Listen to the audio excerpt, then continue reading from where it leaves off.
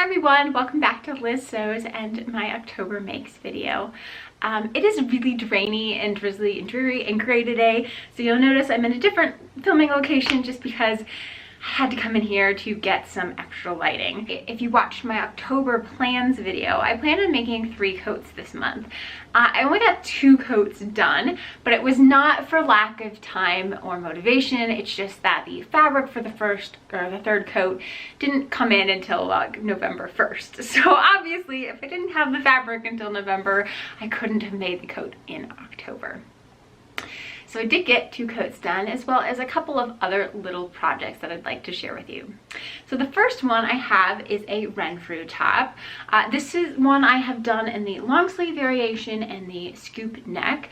I actually really like this combination. I've made it once before in my cactus shirt.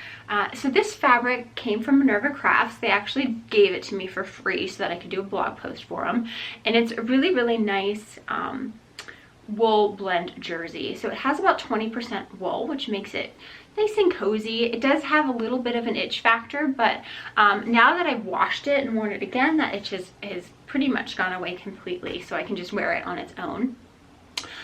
Not a lot to say about this pattern.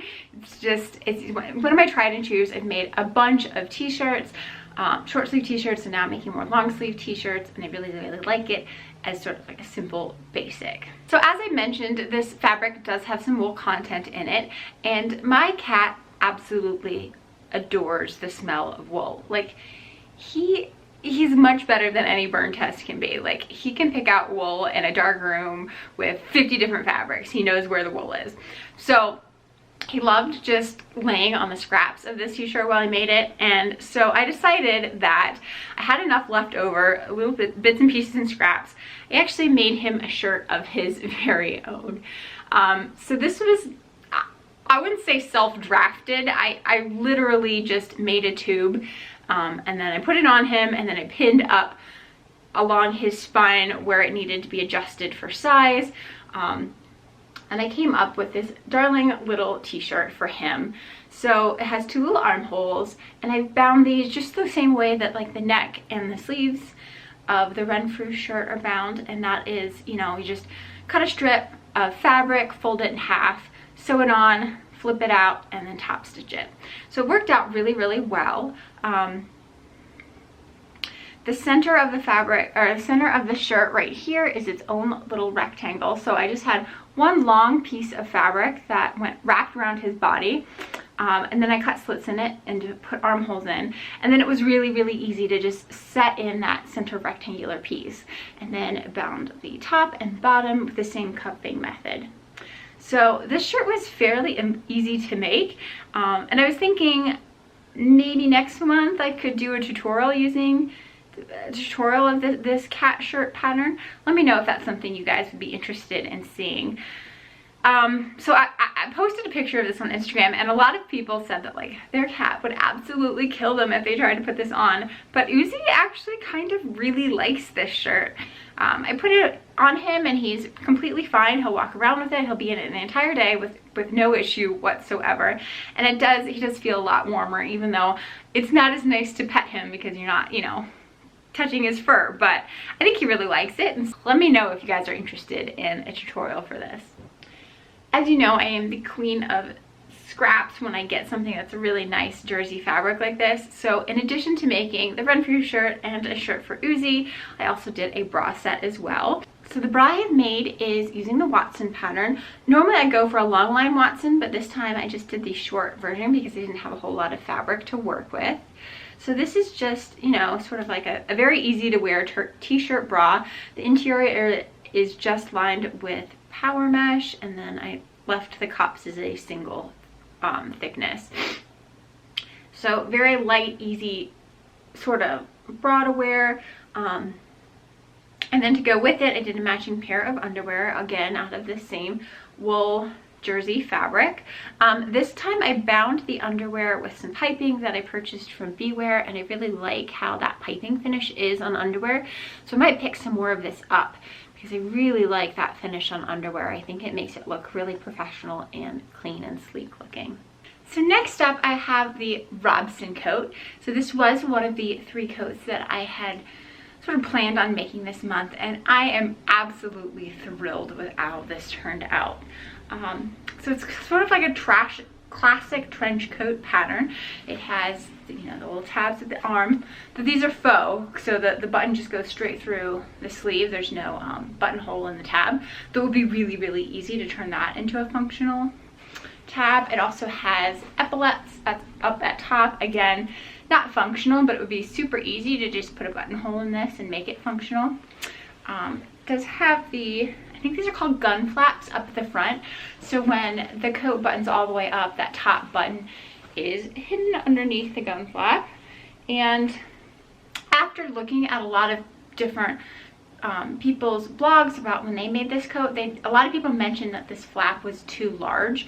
So I did take about a 1-inch pie piece out of it.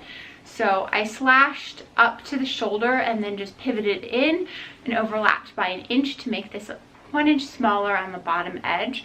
And I think that it's worked out really well. That was a little bit of a risk since I had never made this pattern before, but enough people had mentioned it that I thought it was something I could do fairly easy, and if I didn't like how it turned out, it didn't waste that much fabric, so I could always recut it again if I needed to.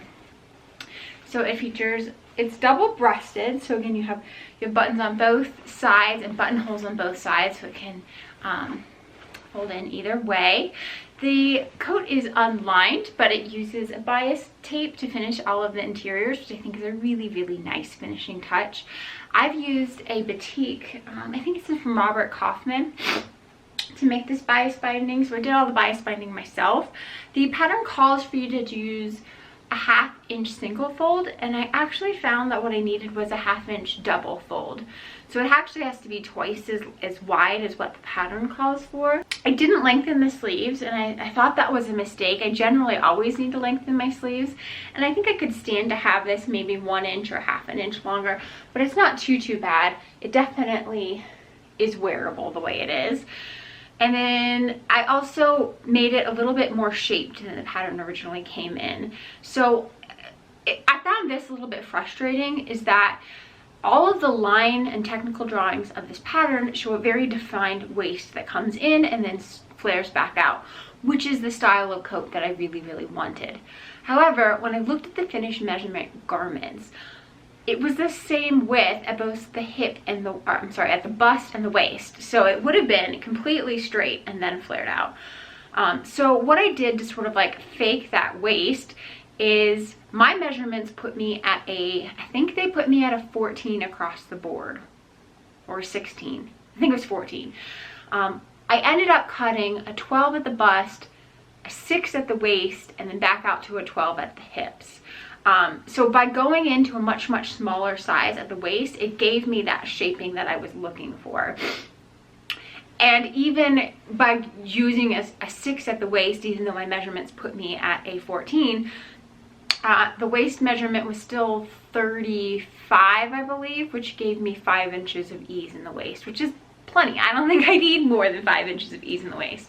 So I'm really, really glad that I did that sort of manipulation of the shaping, just because what I wanted was a coat that really nipped in at the waist. So this coat, while it does have a lot of different features and little bits and bobs and pieces like that, I did manage to make this. I cut it out and I sewed it up in, I think, 2 days. So it didn't take me that long. Normally coats do take me a little bit of extra time compared to garment sewing. And I am so thrilled with how it turned out. I really want to make another one, but do I need another trench coat? I don't know. Let me know. But for right now, I think classic trench coat is amazing, and it would be fun later on to make something that was a little bit more quirky and fun fabric. But I think for my first one, classic, you know, trench coat khaki was a good choice, and I'm just chuffed with how it turned out. So the second coat that I made this month is using this absolutely lovely cashmere and wool blend coating, and this also came from Nerva Crafts.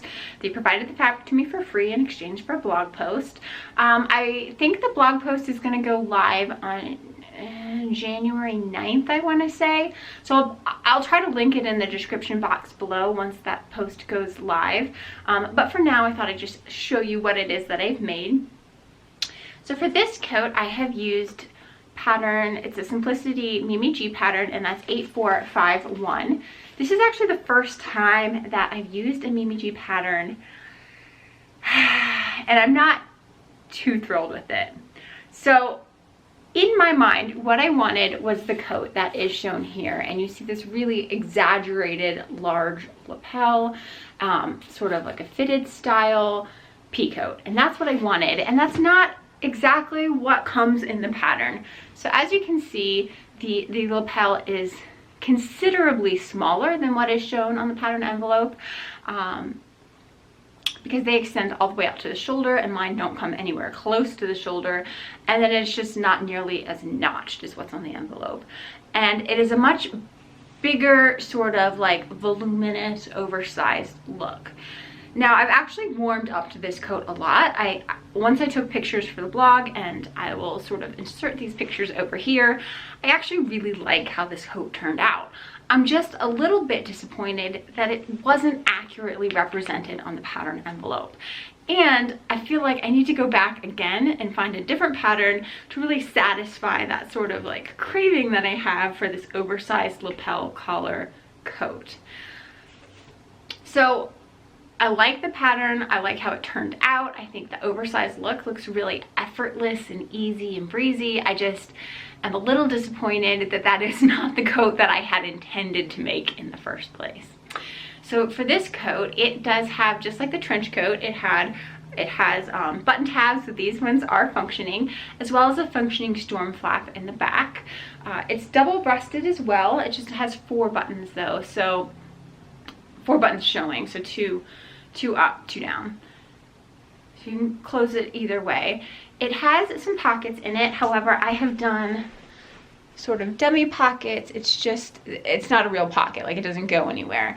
And the reason that I left it like that is I did a practice run of the pockets where I actually put the bag in and everything like that, and just it looked very tortured and mangled, and I didn't want to take such an expensive and beautiful fabric and torture it in that manner. The interior of this, I have used just an ambient Spenberg rayon lining, which is my favorite sort of lining to use.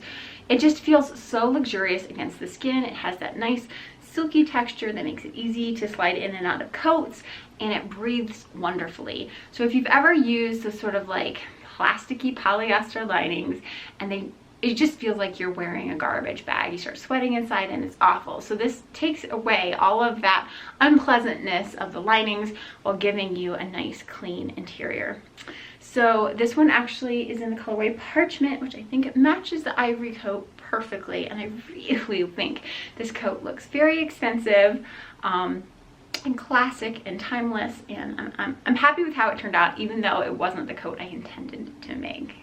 So if you remember, I was thinking of reprising this pattern and sewing the dress from it as well in the 3rd coat fabric. But now, because this coat turned out so differently, I'm a little bit hesitant to do that. And it's a little disappointing. I definitely had some other Meucci patterns that I was interested in trying, and now I just feel a little bit gun shy about it because I feel like I don't know what I'm gonna get, that I don't think it's gonna look like what the envelope looks like, and if that's what sells me on it, then what am I gonna do? So let me know if you've tried any of her patterns and how you feel they've turned out. Do they look like the envelope, or do they always look completely different?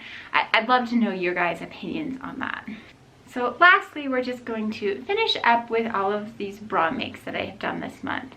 So this month I actually got a mystery box from Beware, and I did an unboxing video for it. I haven't posted it yet, but I'll probably put it up in the next week or 2 if you guys are interested in seeing unboxing that video. But I thought I'd go ahead and just show you everything that I made from that single box. So let's see, the first thing I did was a bra. Again, I went back to my Watson bra. This is one of my favorite loungy style bras when you don't need a wire, and it's just very easy to wear throughout the day. So this one I did in a long line version, using the fabric that was included in the kit. I actually had to supplement this with bra straps and hook and eyes myself, since none of that was included in the kit. The kit was really meant to make a bunch of underwear, and I did that as well, but I thought it would be nice to have a matching bra to have with that. The second bra that I made is this one, and this is using the Jordy bralette pattern. So the box included this large elastic, the band elastic that's going around here. Again, I think this was supposed to be used for underwear, but I really like it for this bra, so I supplemented it with my own hook and eye and straps. And then I used some of the lovely lace that came in the kit, and this lace is actually intended to go around the trim of panty legs and around the waist, but I thought it would make a nice and interesting cup for this bra. And that's over top of some bra tulle. So that's the Jordy bralette. And then I made 3 pairs of underwear out of the box. So they're all Watson patterns, but I've sort of like played around with them a lot. So this first one has this beautiful pink lace. I think this is Victoria's Secret lace in the front, and then that same cotton lycra in the back. So this is Watson number 1. And then I sort of flipped that on its edge, and I did it with the lace in the back. So here's the front of this pair of underwear, and then in the back I just did a seam up the center, and so you have that nice scalloped edge coming out around your butt cheeks. And I actually really like doing underwear this way because it doesn't give you any visible panty line on the back side, because that lace just lies very flat and even. So I think this is a great way to get rid of visible panty line if you have that. So here is Watson set number 2. And then the third one I made using that same lycra and the same Watson pattern, except this one I did the entire thing in the cotton lycra, and then I just covered the waist and the leg holes with some more of that lace that was included in the box. So I think being able to get 1, 2, 3, 4, 5 pieces of lingerie out of a single box is super economical. So I would highly recommend the Beware subscription box if you guys are interested in it. And even though I have 5 things here and I did supplement with some straps and hook and eyes, I still have a ton of stuff left over. I have a full yard of like a white lace. I have several other kinds of panty lace finishings. So like this, but in different widths. It's all pink, so this month's box was a pink set.